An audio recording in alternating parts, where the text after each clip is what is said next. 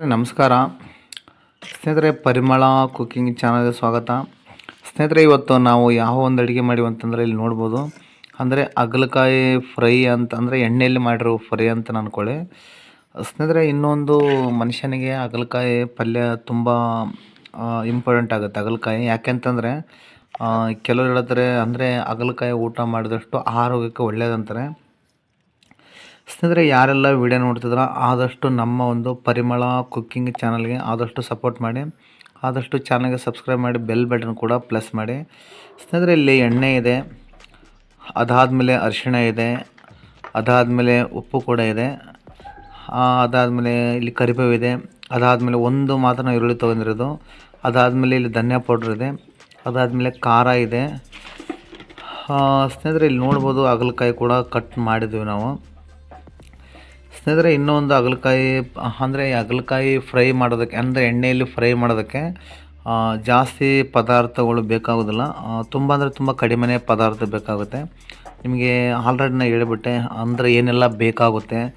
ಎಣ್ಣೆ ಹಾಗೆ ಈರುಳ್ಳಿ ಹಾಗೆ ಖಾರ ಹಾಗೆ ಉಪ್ಪು ಹಾಗೆ ಕರಿಬೇವು ಹಾಗೆ ಹಾಗಲಕಾಯಿ ಇಷ್ಟಿದ್ರೆ ಸಾಕು. ಸ್ನೇಹಿತರೆ, ಯಾರು ಬೇಕಾದರೂ ಕೂಡ ಹಾಗಲಕಾಯಿ ಈ ಥರ ಒಂದು ಎಣ್ಣೆಯಲ್ಲಿ ಫ್ರೈ ಮಾಡ್ಬೋದು. ಸ್ನೇಹಿತರೆ, ಇವಾಗ ಈರುಳ್ಳಿ ಕಟ್ ಮಾಡ್ತಾ ಇದ್ದಾರೆ. ಸ್ನೇಹಿತರೆ, ಇನ್ನೊಂದು ನಾನು ಪ್ರತಿ ಸಲ ಹೇಳ್ತಾ ಇರ್ತೀನಿ, ಅಂದರೆ ಮನುಷ್ಯನಿಗೆ ಈ ನಾನ್ ವೆಜ್ ಊಟ ಮಾಡೋದಕ್ಕಿಂತ ನನ್ನ ಪ್ರಕಾರ ವೆಜಿಟೇಬಲ್ ಊಟ ಮಾಡಿದರೆ ಆರೋಗ್ಯ ಕೂಡ ಒಳ್ಳೆಯದಾಗಿರುತ್ತೆ. ಯಾಕಂದರೆ ಮನುಷ್ಯ ಆರೋಗ್ಯವಾಗಿರ್ಬೇಕಂತಂದರೆ ನಾವು ಜಾಸ್ತಿ ಅಂದರೆ ಪಲ್ಯ ಆಗಿರ್ಬೋದು ಅಥವಾ ಕಾಳಾಗಿರ್ಬೋದು ಈ ಥರ ನಾವು ಊಟ ಮಾಡಿದ್ರೆ ಹೆಲ್ತಿಗೆ ಒಳ್ಳೆಯದಾಗಿರುತ್ತೆ. ಹಾಗೆ ಆರೋಗ್ಯ ಕೂಡ ತುಂಬ ಅಂದರೆ ತುಂಬ ಚೆನ್ನಾಗಿರುತ್ತೆ. ಸ್ನೇಹಿತರೆ, ಇವಾಗ ಇಲ್ಲೂ ಕೂಡ ಕಟ್ ಮಾಡಾಯ್ತು. ಇವಾಗ ಗ್ಯಾಸ್ ಆನ್ ಮಾಡ್ತಿದ್ದಾಳೆ. ನೋಡೋಣ ನಿಮಗೆ ಹಾಗಲಕಾಯಿ ಅಂದರೆ ಎಣ್ಣೆಯಲ್ಲಿ ಹಾಗಲಕಾಯಿ ಫ್ರೈ ಮಾಡೋದು ಹೇಗೆ ಅಂತ ನೀವು ಈ ಒಂದು ವಿಡಿಯೋದ ಮೂಲಕ ನೀವು ನೋಡ್ಬೋದು. ಸ್ನೇಹಿತರೆ, ಇವಾಗ ಎಣ್ಣೆ ಹಾಕ್ತಿದ್ದಾಳೆ.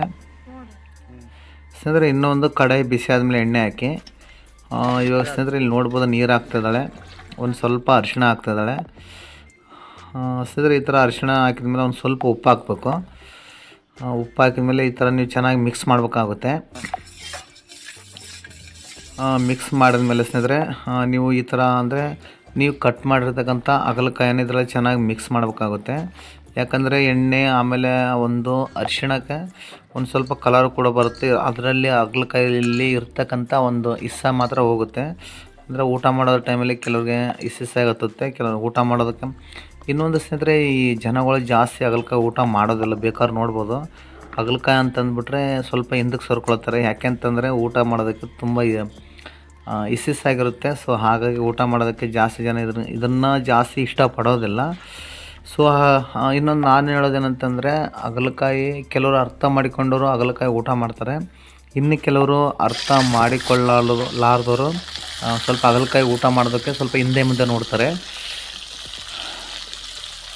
ಅಂದರೆ ಹಾಗಲಕಾಯಿ ಕೂಡ ನಾವು ಅರಿಶಿಣ ನೀರಲ್ಲಿ ಹಾಗೂ ಉಪ್ಪು ನೀರಲ್ಲಿ ನಾವು ಇದನ್ನು ಒಂದು ಇದರಲ್ಲಿ ಹಾಕಿ ಎಣ್ಣೆಯಲ್ಲಿ ಫ್ರೈ ಮಾಡ್ತಿದ್ದಾರೆ. ಸ್ನೇಹಿತರೆ, ಇನ್ನೂ ಒಂದು ಎಣ್ಣೆಯಲ್ಲಿ ಒಂದು ಸ್ವಲ್ಪ ಚೆನ್ನಾಗಿ ಫ್ರೈ ಆಗಬೇಕು.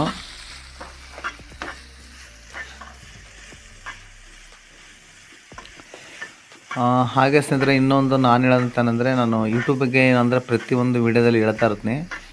ಸ್ನೇಹಿತರೆ, ಇನ್ನೂ ಒಂದು ಯೂಟ್ಯೂಬ್ ಬಗ್ಗೆ ಹೇಳೋದಕ್ಕಿಂತ ನಾನು ಅಡುಗೆ ಬಗ್ಗೆ ಹೇಳ್ತೀನಿ.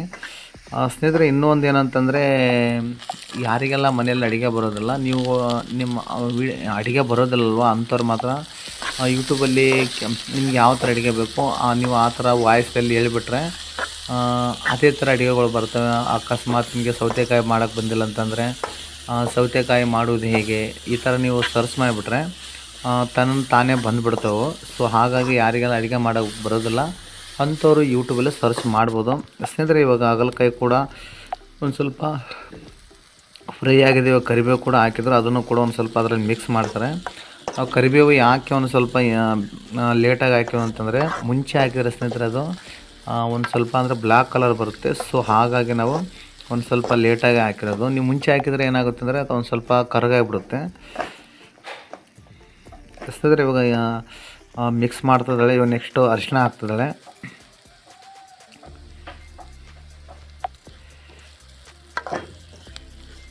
ಸ್ನೇಹಿತರೆ, ಅರಿಶಿಣ ಹಾಕಿದ ಮೇಲೆ ನೀವು ಕೂಡ ಈ ಥರ ಮಿಕ್ಸ್ ಮಾಡಬೇಕಾಗುತ್ತೆ.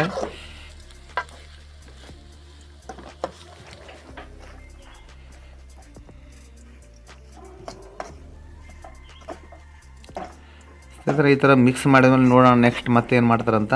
ಸ್ನೇಹಿತರೆ ಇವಾಗ ಖಾರ ಹಾಕ್ತಿದ್ದಾಳೆ. ಖಾರ ಸ್ನೇಹಿತರೆ ನಿಮ್ಗೆ ಎಷ್ಟು ಬೇಕು ಅಷ್ಟು ಮಾತ್ರ ಹಾಕ್ಕೊಳ್ಳಿ. ಆಮೇಲೆ ಜಾಸ್ತಿ ಹಾಕಿದ್ಮೇಲೆ ನಿಮ್ಗೆ ಊಟ ಮಾಡೋದಕ್ಕಾಗೋದಿಲ್ಲ.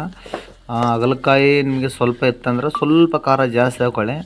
ಯಾಕಂದರೆ ನಿಮಗೆ ಊಟ ಮಾಡೋ ಟೈಮಲ್ಲಿ ನಿಮಗೆ ಹಾಗಲಕಾಯಿ ಊಟ ಮಾಡ್ತದೆ ಅಂತ ಅನಿಸ್ಬಾರ್ದು. ನಿಮ್ಗೊಂಥರ ಸ್ವಲ್ಪ ಯಾಕಂದರೆ ಖಾರ ಕಮ್ಮಿ ಆಯಿತು ಅಥವಾ ಉಪ್ಪು ಕಮ್ಮಿ ಆಯ್ತು ಅಂದರೆ ಹಾಗಲಕಾಯಿ ಅದೇನು ಇರುತ್ತಲ್ಲ ನಿಜವಾದ ಒರಿಜಿನಲ್ ಅಂದರೆ ಇರುತ್ತೆ, ಊಟ ಮಾಡೋದಕ್ಕೆ ಕೂಡ ನಿಮಗೆ ಇಂಟ್ರೆಸ್ಟ್ ಬರೋದಿಲ್ಲ. ಸೊ ಹಾಗಾಗಿ ಒಂದು ಸ್ವಲ್ಪ ಆದಷ್ಟು ಖಾರ ಹಾಗೆ ಉಪ್ಪಾಗಿರ್ಬೋದು ಒಂದು ಸ್ವಲ್ಪ ಜಾಸ್ತಿ ಯೂಸ್ ಮಾಡಬೇಕಾಗುತ್ತೆ. ಇವಾಗ ಉಪ್ಪು ಕೂಡ ಹಾಕ್ತಾಯಿದ್ದಾಳೆ. ಸ್ನೇಹಿತರೆ ಉಪ್ಪು ನಿಮಗೆ ರುಚಿಗೆ ತಕ್ಕಷ್ಟು ಮಾತ್ರ ಹಾಕಿ, ಜಾಸ್ತಿ ಹಾಕಬೇಡಿ.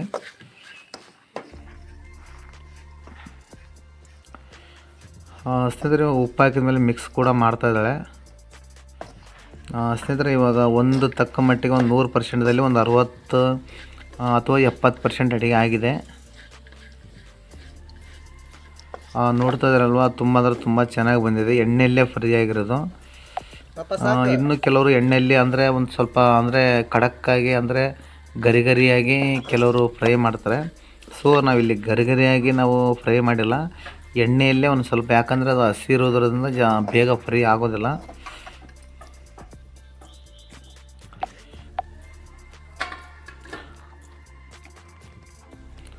ಸ್ನೇಹಿತರೆ ಇವಾಗ ಅಡುಗೆ ಆಗಿದೆ. ಇವಾಗ ನೋಡೋಣ ಯಾವ ಥರ ಆಗಿರ್ಬೋದು ನಾವು ಮಾಡಿರ್ತಕ್ಕಂಥ ಹಾಗಲಕಾಯಿ. ಸ್ನೇಹಿತರೆ ತುಂಬ ಅಂದರೆ ತುಂಬ ಚೆನ್ನಾಗಾಗಿದೆ, ನೀವು ನೋಡ್ಬೋದು ವಿಡಿಯೋದಲ್ಲಿ. ಸ್ನೇಹಿತರೆ ಇವಾಗ ಪಳೆ ಇಡ್ತಿದ್ದಾಳೆ, ಅದರ ಮೇಲೆ ಒಂದು ಪ್ಲೇಟ್ ಇಡ್ತಿದ್ದಾಳೆ, ಅದರ ಮೇಲೆ ಒಂದು 3 ಚಪಾತಿ ಇಡ್ತಿದ್ದಾಳೆ. ಸ್ನೇಹಿತರೆ ನಾವು ಪ್ರತಿ ಸಲ ಊಟ ಮಾಡೋದಕ್ಕೆ 3 ಚಪಾತಿ ನಾವು ತೊಗೊಳ್ಳೋದು. ನಿಮಗೆ ವಿಡಿಯೋದಲ್ಲಿ ತೋರ್ಸೋಕ್ಕೋಸ್ಕರ ನಾವು 3 ಚಪಾತಿ ತೋರಿಸ್ತಾ ಇರೋದು. ಇವಾಗ ಒಂದು ಕಪ್ ಕೂಡ ಇಟ್ಟಾಯಿತು. ಸ್ನೇಹಿತರೆ ಇವಾಗ ನೋಡ್ತಿರ್ಬೋದು ಮಾಡಿರ್ತಕ್ಕಂಥ ಹಾಗಲಕಾಯಿನ ಹಾಕ್ತಾಯಿದ್ದಾಳೆ. ಸ್ನೇಹಿತರೆ ನಿಮಗೆ ಅಂದರೆ ಬೇಗ ಆಗಬೇಕು ಅಥವಾ ನಿಮಗೆ ಟೈಮ್ ಇರಲ್ವ ಅಂಥ ಟೈಮಲ್ಲಿ ಅಂದರೆ ನೀವು ವಾರಕ್ಕೊಂದು ಸಲ ಆದರೆ ಈ ಥರ ಒಂದು ಹಾಗಲಕಾಯಿ ಫ್ರೈ ನೀವು ಊಟ ಮಾಡಿದ್ರೆ ನಿಮ್ಮ ಹೆಲ್ತ್ ಕೂಡ ಒಳ್ಳೆಯದಾಗಿರುತ್ತೆ. ಹಾಗೆ ನೀವು ಕೂಡ ತುಂಬ ಅಂದರೆ ತುಂಬ ಆರೋಗ್ಯವಾಗಿರ್ತೀರಿ. ಯಾಕಂದರೆ ಕೆಲವರಿಗೆ ಹಾಗಲಕಾಯಿ ಊಟ ಮಾಡೋದಂದರೆ ಕೆಲವರಿಗೆ ಅಲರ್ಜಿ, ಕೆಲವರಿಗೆ ತುಂಬ ಇಂಟ್ರೆಸ್ಟ್ ಇರುತ್ತೆ. ಅರ್ಥ ಮಾಡ್ಕೊಂಡ್ರಿಗೆ ಊಟ ಮಾಡ್ಬೋದು.